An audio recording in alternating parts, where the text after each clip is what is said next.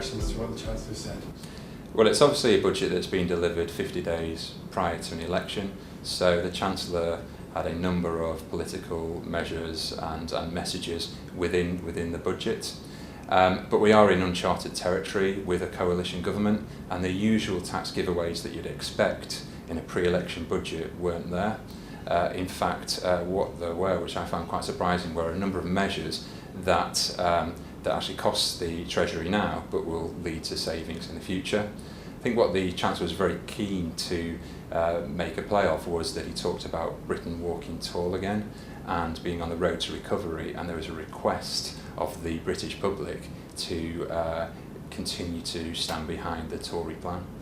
And what were some of those key measures that he's introduced today? There are a couple of key measures that they're going to raise quite a lot for the Treasury.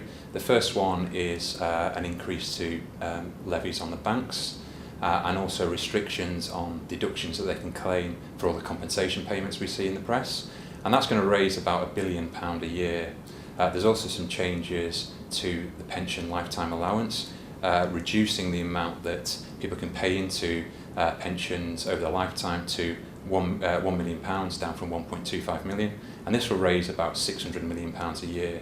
And these two measures will pay for some of the giveaways, and the key giveaways are basically zero tax on savings up to £1,000 for investors, and also the new flexible ISA.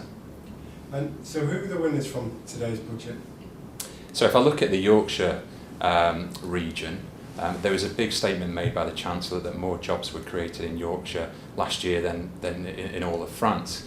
And there was messages around continued investment in the region through the Northern Powerhouse. And there was obviously the initial announcement of the devolution of West Yorkshire, but it'd be very interesting to see how those powers actually generate income for this region.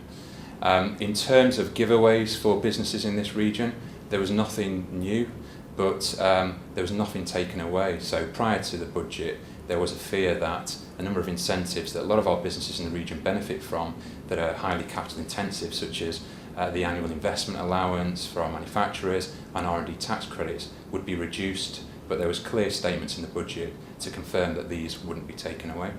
If those groups were the winners, who are the losers from today?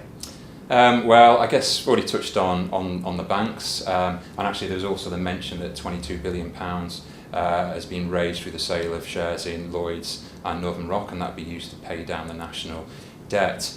In terms of losers though, I think really there was a continued focus on tax evasion and tax avoidance, with some specific measures around artificial use of tax losses, and also using entrepreneurs' relief in situations where maybe it wasn't intended, and that can give investors a 10% tax rate as opposed to 28%. But overall, it was a budget for the voters, and the Chancellor was keen to appeal to as broad a population as possible.